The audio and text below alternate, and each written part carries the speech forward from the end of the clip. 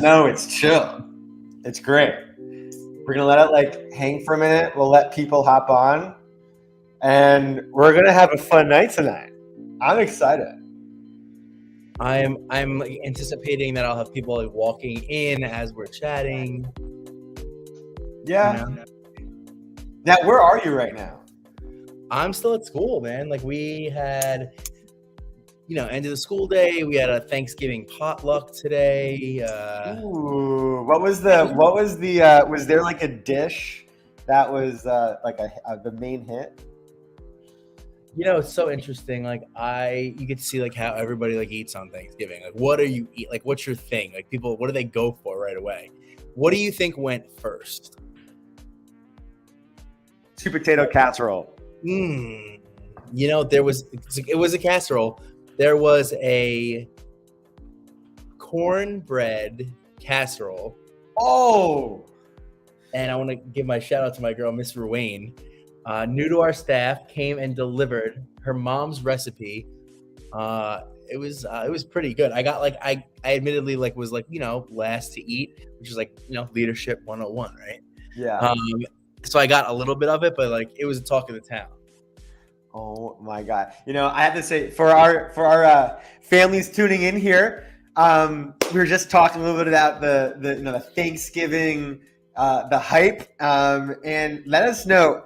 There's nothing cooler, by the way, Tim, and I'm going to get us started here, but there's nothing cooler than community, right? So if you're tuning in with us, please share where you're watching from. And also, what's your favorite Thanksgiving potluck item, right? I really want to know. For me, it's the sweet potato casserole. Throw some of those marshmallows on top. I'm happy. I can eat that all day long. Oh, man. I'm stuffing all day, so I don't want to hear anybody tell me that stuffing's not the greatest Thanksgiving side, possibly one of the greatest sides ever of all time. Oh, my gosh. Yeah. So it's I'm looking forward to it. Well, all right, let's get into this here, everyone. So welcome to Superpower Mentors. And for here, we're gonna have a very, very, very special. We have a very special guest, Tim Castanza. I started doing these lives, Tim, really during COVID, and what we've done is we have been able to interview some of the coolest and most innovative leaders in the industry, from special ed to neuroscience to just families and parents that are trying new tactics for kids. Mm-hmm. And I have to say, when we met at the conference last year, at the Made by Dyslexia conference in New York, I have never met someone that is driving a ship the way you are at Bridge Prep.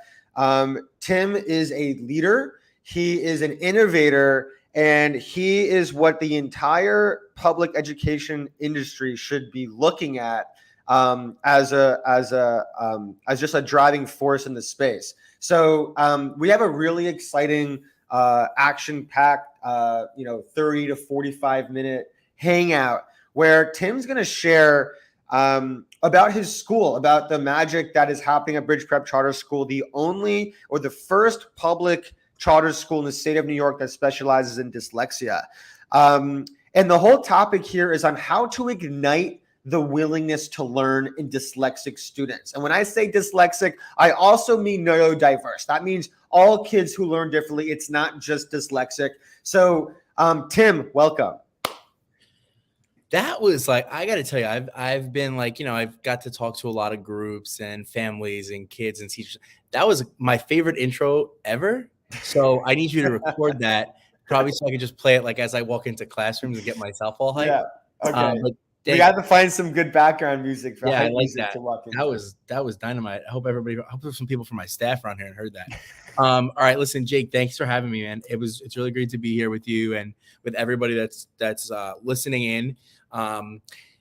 If you're like us here in New York City, it's getting to that wet and cold stuff. So I'm still here at school. You can see me here at school. We have we just had a really getting to the end, and everybody's got their kids in school. We're getting to the end of that, like, first half, like ready for that first big break. And it's really good time for us to be talking about how we refire the engine, right? So how do we like fire up the engine for our kids, and then like remembering that like we have to reinvest and re-engage every single day, but especially after break. So it's a good time for us to talk about this. I'm really happy to be here with you.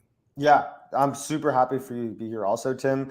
So Tim, tell me a little bit about Bridge Prep. Let's just start there. What's Bridge Prep Charter School? How have you done it? Like being a leader like this, and I know you founded it. So tell us about why.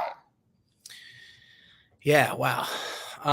So for those of you that don't know about Bridge Prep, we are, as Jake mentioned, the first and currently the only public charter school in the state of New York that was founded with the explicit mission of serving students with language-based learning differences.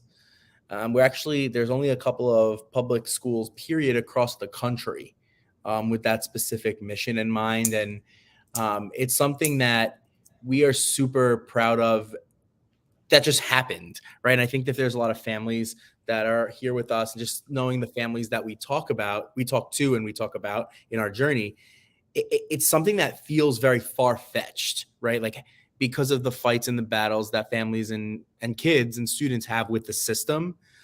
So we were founded, we're in our 5th year of operation here, and we're in Staten Island, the forgotten borough in New York City. But we opened here in 2019. We were authorized by the New York State Board of Regents. In 2018, we took another extra year to plan. And when we opened our doors in 2019, we committed not just to being the first of our kind in the state, but we committed to doing it right.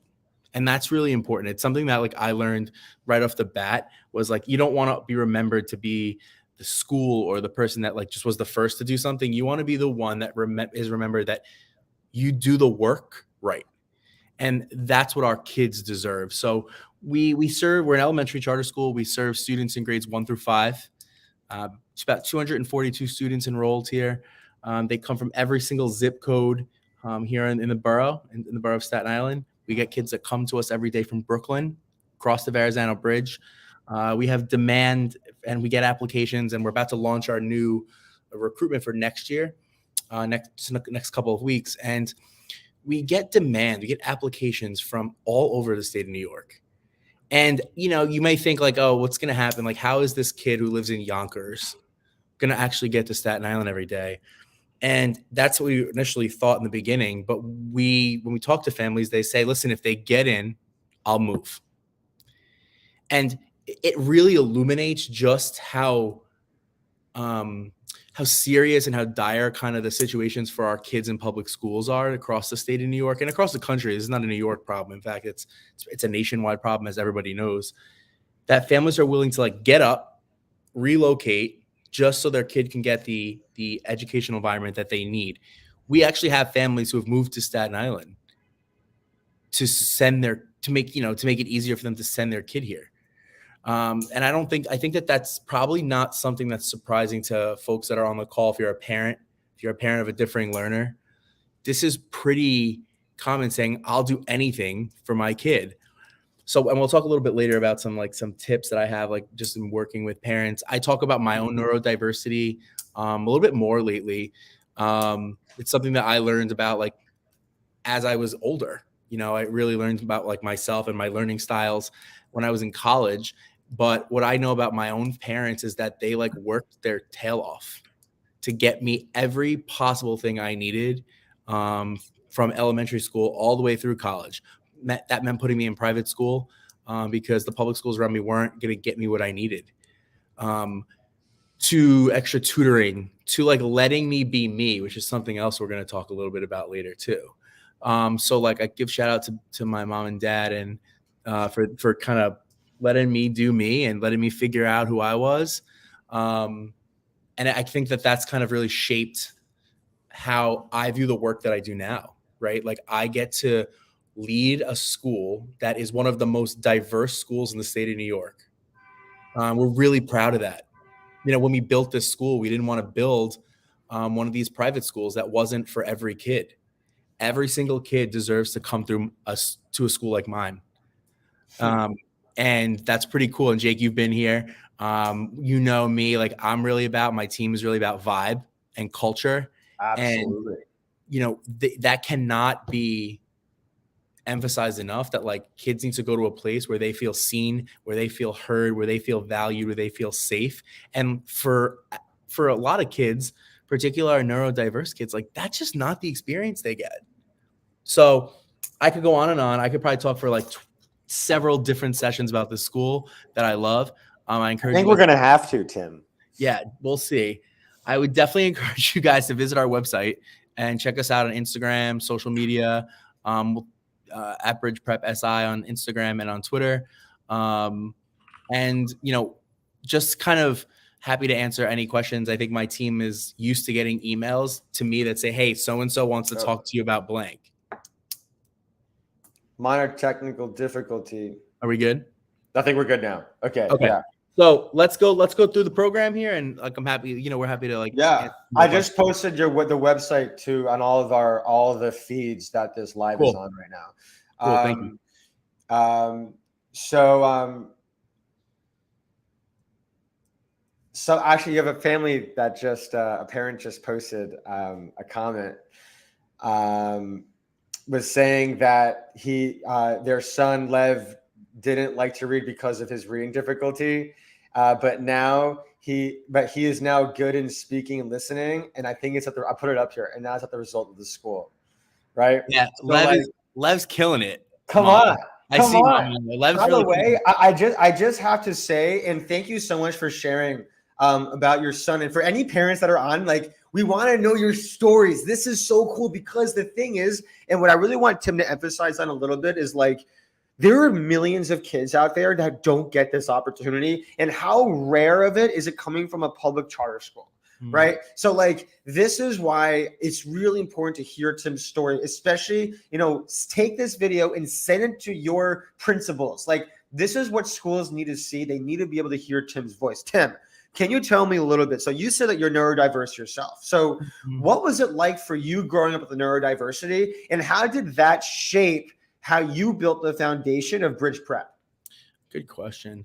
I think, like, as I mentioned, like, I didn't really know that I was neurodiverse until I got to college. Actually, it was a little bit at the end of my college. I graduated. I was a senior, and I had a professor who asked me straight out, like, "Hey, are you like a neurodiverse learner?" And I was like, "What do you mean?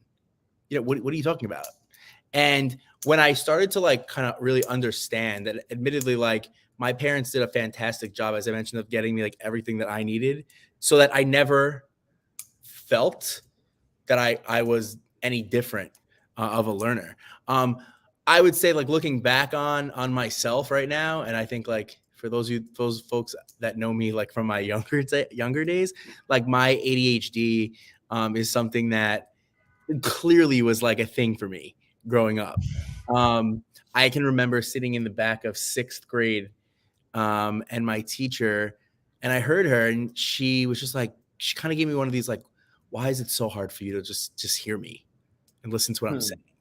Yeah. And I was like, maybe, you know, I did the thing that every 6th grader did. It's not you, it's not me, it's you, right? But, like, looking back, like, it was me, right? It was me. Like, I was having a really hard time focusing. And like so many of our kids that become adults, right, who are differing learners, we just figure out, like, the ways to make it work. You know, we figure out the magic, right? So it's really interesting. My staff here at my school will talk a lot about the Bridge Prep glow, the Bridge Prep magic. What's the special sauce that we do here? Because our goal is to do it with and for our kids, so they don't have to bear that themselves, because that's a lot, right? So, like, we talk to a lot of, in our journey in founding, a lot of dyslexic adults, adults with ADHD, and they talked about, like, the weight that felt like when they had to carry that all the way through. We had somebody be like, I'm supporting you from Michigan, and I don't know you, Tim. I don't know your founding team. We have a fantastic founding team that, like, worked with me, many of whom are still on our board today, from our community. And they're like, I don't know any of them, but, like, I feel seen finally because you're opening. and I want every kid to get what I didn't get. And that's really cool.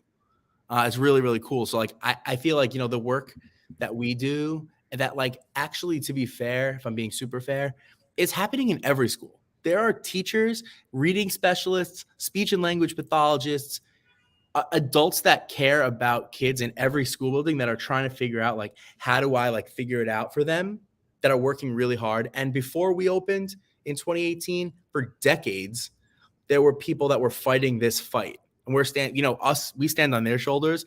We were to be able to do what we did. But like those people, like they know this, but the work is really hard. Yeah. It's hard work, but that's how we know it's the right work. But I think too, what I love what you're saying, and this is why like at Superpower, it's something which is why I think we our missions are so aligned, was because I'm neurodiverse too, right? So if you had like, there's nothing more credible than someone that has lived it, right? This is not from a textbook. You can't teach this in school. What you have, Tim, what I have, right? We are able to relate to these kids in ways that no one can ever teach us. It can only be taught through experience, right? So I feel like that what you were able to create at Bridge Prep was the thing that you didn't have when you were in school yourself. Is there truth to that, do you feel? Yeah, and I think that's, and to be like fair, like it's not just like me and like Jake, like, think about like your own journey, right? We've talked about this. We talked about like our like parallel journeys, right? And like how we had some of these similar experiences. I think that like what we have here actually, like, it's definitely not what I had. And it's definitely not what you had.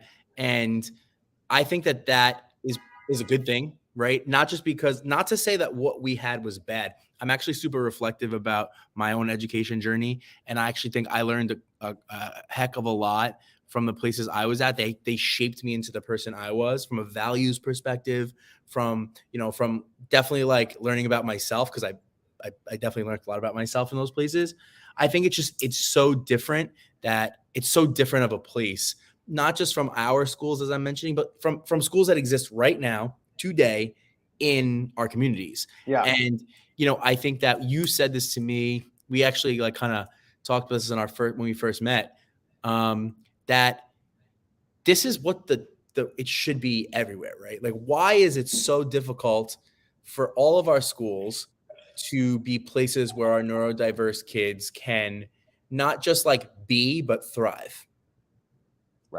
Right. No, I absolutely hear that. And I think too, and I want to go into a little bit more of our topic on igniting the willingness to learn. So for our parents here who have kids with dyslexia who are neurodiverse, please give a little like on this video so that we know that we're speaking to you. That's really important. And again, if you have any questions, this is your opportunity to ask Tim and I anything that you want as it relates to igniting the willingness to learn in your kids. Okay. So I want to touch upon this, Tim, because I have a strong belief here that when it comes to like teaching a dyslexic how to read, teaching kids how to read, right? What you're doing, right? Bridge Prep, you follow the science of reading, right? And like and I really want you to talk about that too. But I believe that, for me, the science of reading didn't work at first, right? Oren Gillingham, it didn't work on me because I was so pained by reading, right? My entire relationship with reading was pain. I got physical stomach aches whenever I picked up the book. So I don't care how well your strategy is, I had that pain. So the question is, how do you ignite the willingness to learn in neurodiverse learners? How do we do that? And let's first answer that. Then I'll ask my follow-up, which is going to be about, and what could parents do to help in that process? Because we have a lot of parents watching.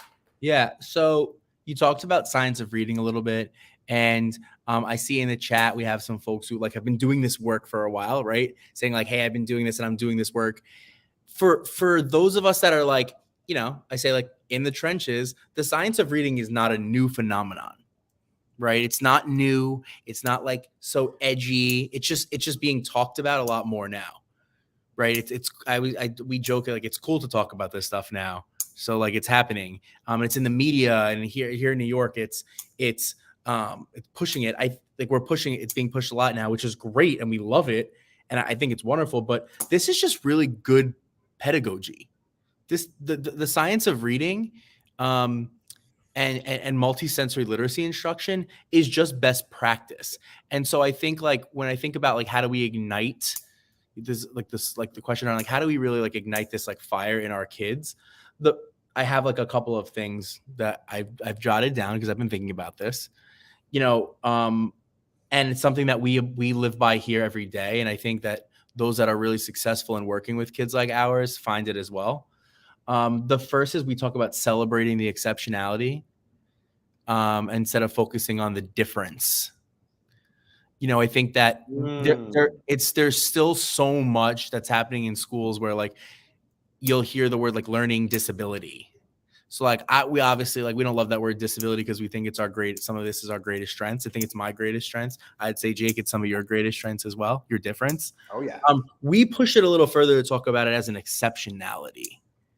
Like we have 242 of the most creative, exceptional, bright brains in our building. And the challenge, I think, for families, right? And I'm seeing like some families like in the chat a little bit talking like it's really hard. It can be really hard. But we have to do like that every day.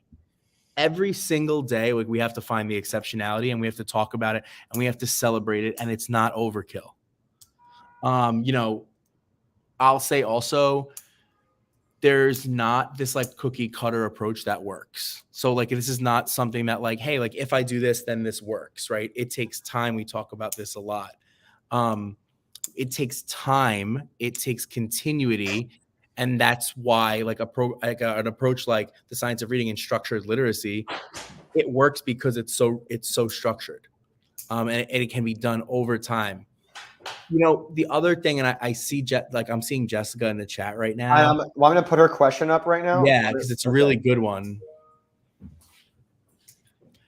So, I think that I appreciate it. First of all, I appreciate this question because it's like you're doing that. Like, I'm a parent, I'm a dad too, so I'm gonna talk about just dad real quick. Like we want to do everything we can to like walk them to the right path, but we also know that like we need them to like kind of chart their own path. And what's the balance, right? Like when is it okay to like let go? And it's really hard. I think like one of the things we do here, and I talk to a lot of our parents about, is how do we support kids in being their own self-advocate?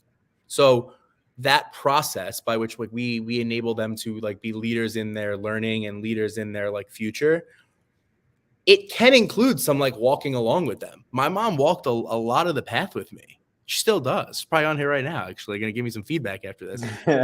But she walked this path with me. She still does, and I'm 35 years old. But how do we think about it as like, I'm here to help you be the best advocate for yourself? The challenge is that families feel that oftentimes we have to be our kids' advocate, especially when we're going against the system, and that bleeds in and blends in to like all this other stuff that our kids bear. And it's really unfair to us as parents, advocates, and it's unfair to kids. I have to say, and Jessica, if this answers your question, please let us know, or if you have a follow-up, feel free to comment the follow-up here. But Tim, I love what you're saying, and it's also so true, because there is a whole nother component to this. And I guess the follow-up question here for you here is how do you work with parents, right? Mm-hmm. Because I think, what makes your school unique is there's so many different types of parents, so many different types of cultures, and all these different types of people coming into your school, right? So how do you work with parents? Because it doesn't just happen in the classroom. It can't. It also happens at home. So what do we tell parents? We have a fantastic team here, and I'm just going to give one of them a name shout out here. Someone you've met, Mrs. Aluzzi, who's our Director of Family and Community Development, super dynamic personality. She talks about her own journey as an adult with dyslexia and as someone who has a child with dyslexia. So like when you talk about relatability, it's like super, easy to relate with her. It's very human.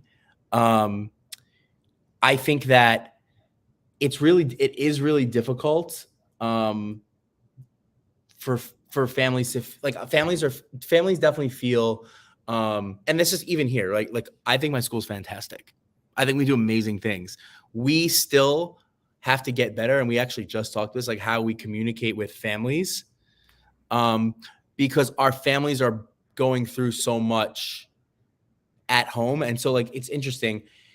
I one of the things I'm still on Jessica a little bit, because like I there's another part of your question, Jessica, that like is sticking with me about like the unmotivatedness, right? Like I promise you, like she's gonna find her thing. She's gonna find her thing. And we tell parents this a lot, and about trusting the process.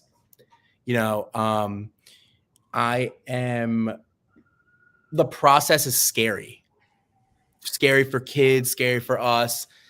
The process is some things that like sometimes it's out of our control, but if we trust that process and figure out like how do we work within it. So we talk to our families about like, instead of fighting the system, like everybody's so tired of fighting the system, like how do we understand the system, understand its limitations, and figure out like how we can work within it with support. And so like one of the things I tell our families to do, and I would tell Lev's mom's on here, I would tell her the same thing. We have to ask for help. We are not ashamed in our building if we don't know something to ask for help. It's about creating a safe space for us as adult learners as well. And there's a lot of ways that like our families need support that like we can't give. But we know that there are people out there. There's organizations out there, and this will be a good way for us to talk about how we work together, Jake. That like we can't give, that we've done the things we can do here. How do we get continued support for kids and for families, moving forward? One of the things, we don't have a middle school, right? So this is it's an interesting like segue into families who have said to us like, hey, like we've had this great experience with you. We've changed our kids' lives. School feels safe for them again. They aren't like fighting me to go to school. They aren't like, our family's not fighting at the dinner table anymore. Like it isn't spilling in, but now they have to leave. So like, and I'll tell you, one of the most difficult moments in my career was when we had our first graduating class last year, our babies, right? And when we had to make the decision that like we weren't going to pursue middle school expansion, and instead work to try to partner with families and the Department of Education to get them programming in our other local middle schools, that was a very difficult experience for us at the school, because we were so invested in that group of kids, and we knew the fear that families had. They had to trust the system again. They had to put them in a place that was different again. What I'll tell you is like what our families learned through that process, I would think, and I think we're learning still too, is we didn't run from the conversation. We didn't run from the process. We dove in together, and everything that we do in solidarity with our families. I tell families like a lot that like the challenge is our kids know that this work is hard and that the journey is hard for them, and adults know it too, but we don't really just like ever be comfortable saying this is really hard. But like, I love you, I'm with you, like we're going to do this together. And I know that sounds really simple, but in a lot of places, talking about it is like not a thing. I mean, do you agree with that, Jake? Absolutely. Absolutely, I do. I want to just. So can we talk about how we work together? Yeah, we can. We absolutely can. But I just want to just quickly mention one thing on Jessica, and then we'll segue into what we want to do. Okay. So really quickly, Jessica, about the interests and strengths, I recommend finding the thing that will help your daughter, and you can identify unique trends in her interests too, right? And for example, if you can look at what are the things, so if she has ADHD, okay, we thrive when we're in activities that we're in complete control. Okay. I don't recommend team sports. Okay. I recommend activities like running, swimming, rock climbing, dance. These are things where we could be the worst player on the team, but still everyone's cheering us on. Okay. It's something that directly helps with our neurodiverse thinking and our thought process and all of that. So if your kid has ADHD, if they're struggling finding their interest, I would advise you can let them fall into their own interest because there's no randomness with their interests. However, you can guide them to find interest that if you know that they have ADHD, give them interests that they're in complete control because then they're going to thrive. Okay, that's what I wanted to say with Jessica. Now I want to segue into what we're doing together, Tim. Let's do it. Yeah. So do you want to start with it, or do you want to go? So I kind of segued us in with like, we didn't have middle school and like, we wanted to continue to find ways to care for our kids, to support them, even though they're not ours in the building. Cause at some point we talk about letting go, right? Yeah. Like we have to let kids kind of go out into the next phase for themselves, as long as we're giving them the supports here every day. Right. Yeah. So we talk about like, how do we get kids middle school ready? And how do you as a parent and an elementary school kid get your kid middle school ready? It may feel really daunting if you have a kid who's in the 4th grade or to the 3rd grade and like reading at a kindergarten level. Like, how are they ever going to be ready to go to middle school? I don't want to hold them back for 5-6 years. Right. Yeah. Really about equipping them with the self-advocacy skills as much as possible, getting us up to grade level. But we know, again, I mentioned our limitations are there. So Jake and I chatted, and Jake, like, where did we land, and how did we? Yeah. How are we here?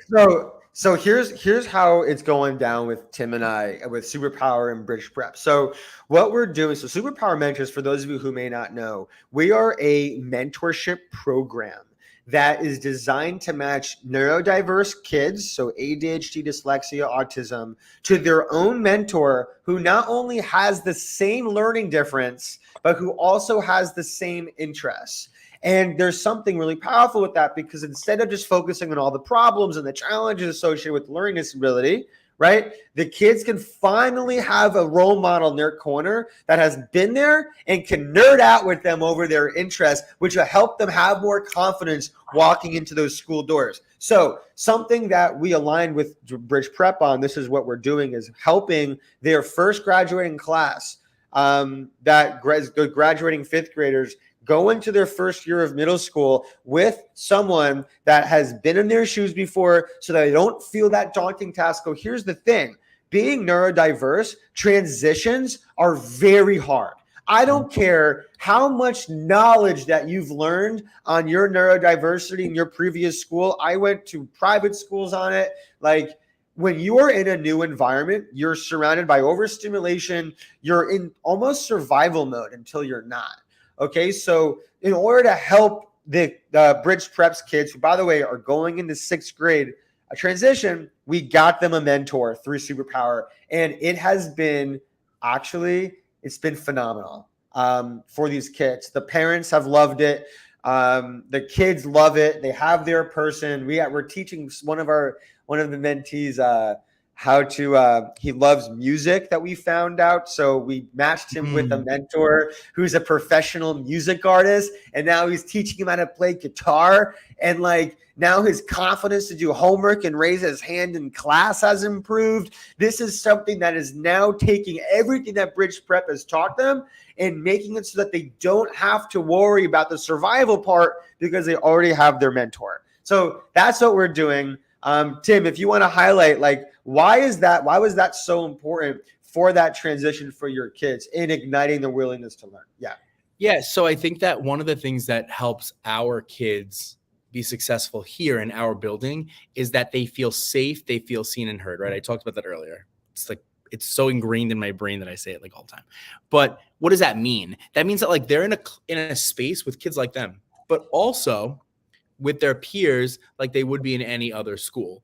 But the fear and the concern is like of a parent, and we did some feedback, and how we kind of actually wound up like partnering with Jake was our kids told us they pointed the way, and they said like, we're really concerned that we're gonna go to middle school and that no one's gonna understand us like they do here.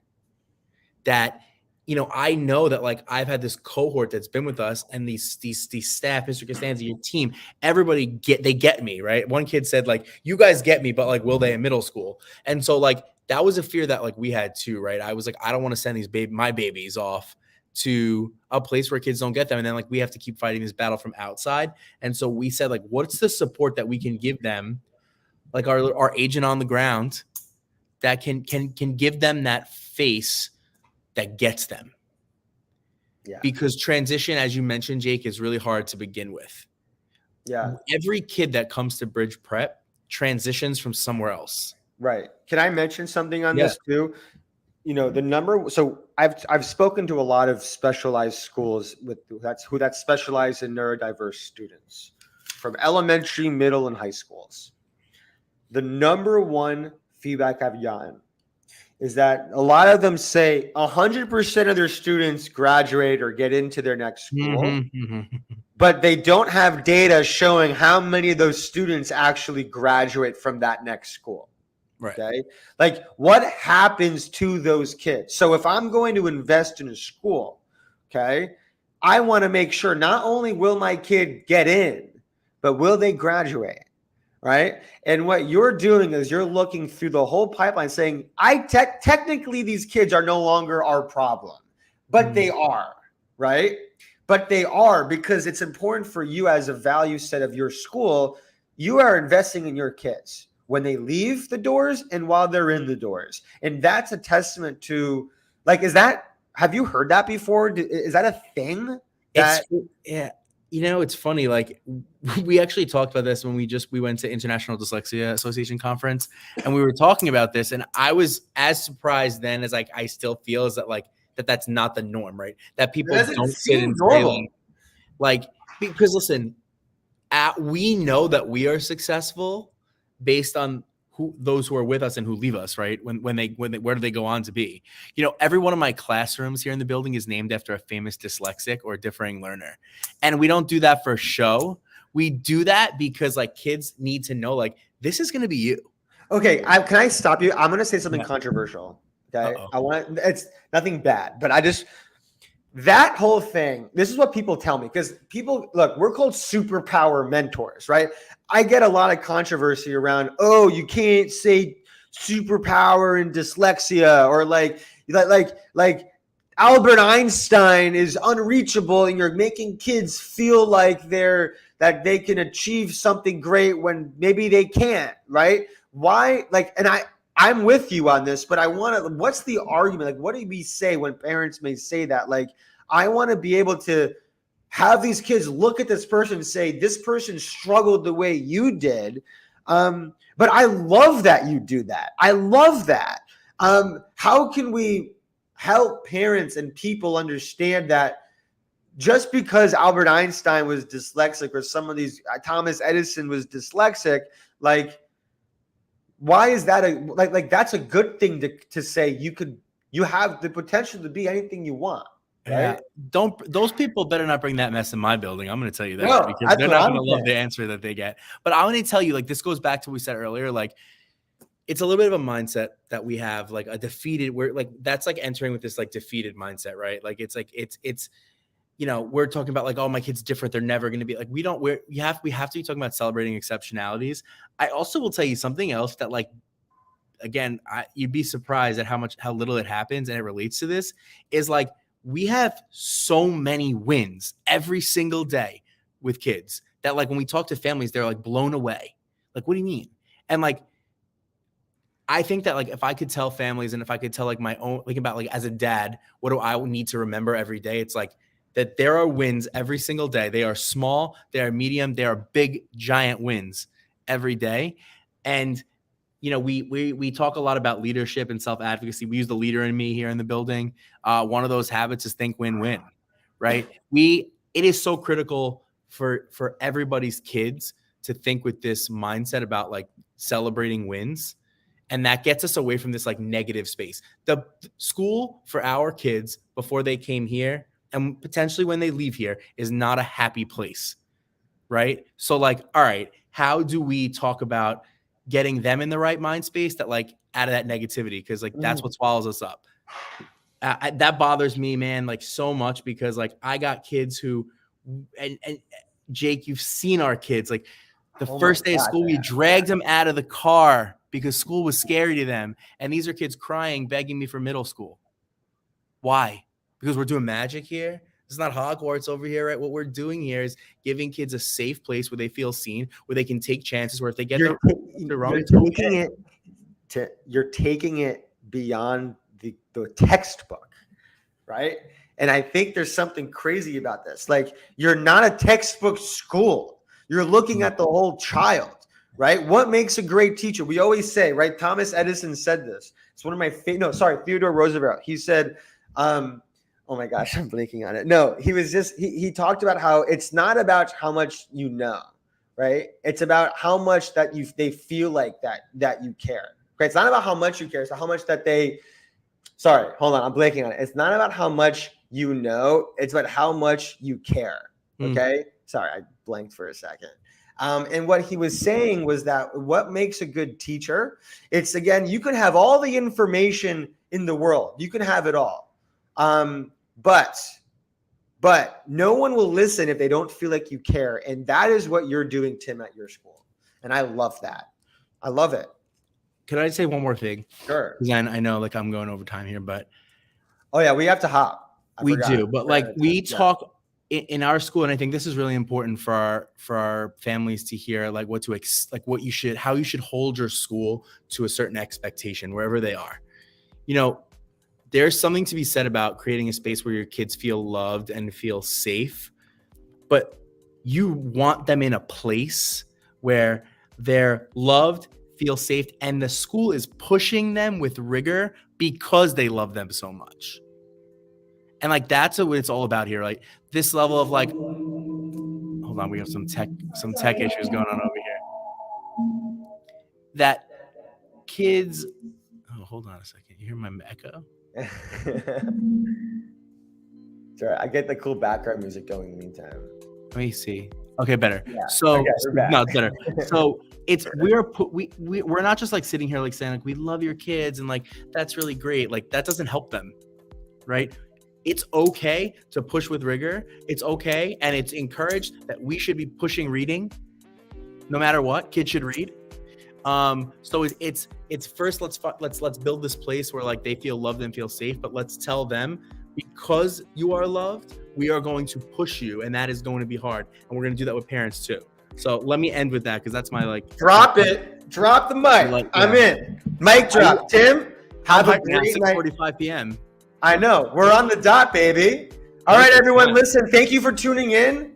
Tim, we're going to get more of these going. I love this. Let's keep it going. Parents, if you have any questions, check out Bridge Prep Charter School. I posted the links on the chats. Check out Superpower Mentors if you want to check out, if you want your kid to sign up for a mentor. But give us a follow, give us a like, give us a shout. We're doing some great things over here. Tim, thanks again for hopping on. Oh, it was so great for you guys. Thank you for having me. I wish everybody like blessed, reflective, and positive and happy Thanksgiving with your families. And we'll see. I'll definitely be back. You invite me. I'll be back. Maybe. I'll have to think about it. Let me know. Thank you, all right, everyone. Have a happy Thanksgiving, okay? See you soon.